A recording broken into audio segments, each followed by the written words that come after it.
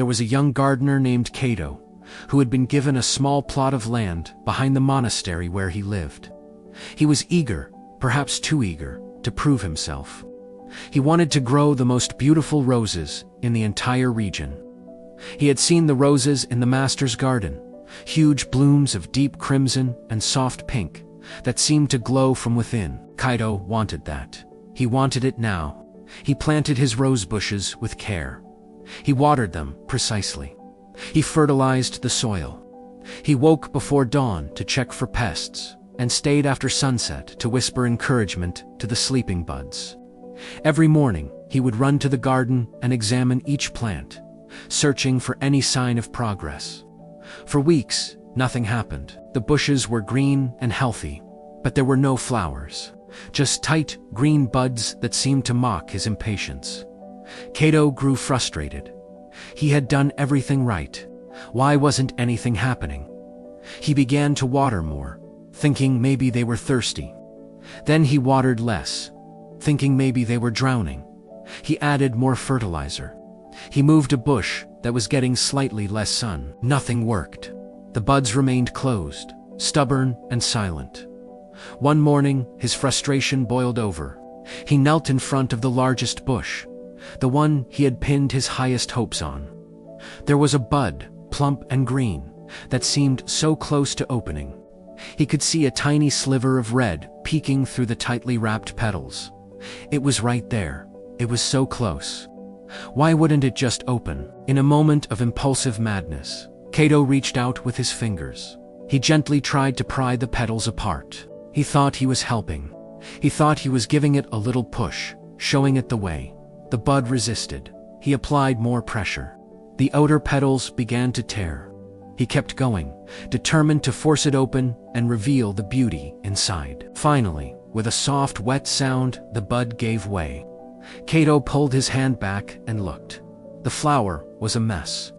The petals he had forced open were torn and bruised. The inner parts of the bloom, not yet ready to face the world, were exposed and damaged. Within an hour, the entire bud had wilted and died.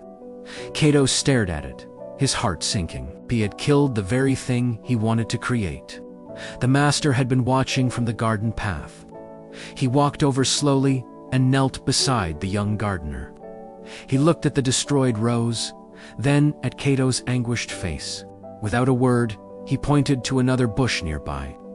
A single rose was in the process of opening naturally. Cato watched. The sun had risen higher and was now warming that part of the garden. The petals were moving, but not because anything was pushing them. They were simply relaxing, unfurling in response to the light and warmth. It was effortless. It was unhurried. It was perfect. Do you see? The master asked quietly. The sun does not force the flower to open. It does not pull at the petals. It does not get frustrated when the bud remains closed. It simply shines. It provides its light and its warmth, and then it waits. It trusts the flower to know when the time is right. The flower opens not because it is pushed, but because it is ready. Cato looked at his own hands, the hands that had tried to force beauty into existence. He felt shame, but also understanding. He had been so focused on the result, on the flower he wanted to see, that he had forgotten the process. He had forgotten that growth has its own timing, its own rhythm, its own wisdom. The master continued, the seed does not demand to become a sprout. The sprout does not demand to become a bud. The bud does not demand to become a flower. Each stage is complete in itself. Each stage trusts the next. Your job is not to force the opening. Your job is to provide the conditions, the light, the water, the patience. Then to trust, the flower knows how to bloom. It has known since the beginning. Cato spent the rest of that day just sitting in the garden, watching. He watched the light move across the leaves. He watched a bee visit a half-opened bloom. He watched a petal finally release, slow and silent, like a secret being told. He learned to wait. He learned to trust. And in the following weeks, his garden filled with roses. Each one opening in its own time. Each one perfect because it was allowed to be.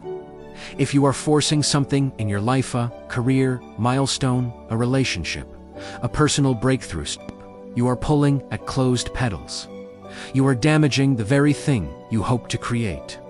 Your job is not to force the bloom. Your job is to show up every day, to provide the light of your attention and the water of your effort, and then to trust. The sun does not rush, and neither should you. The flower knows when to open, so do you.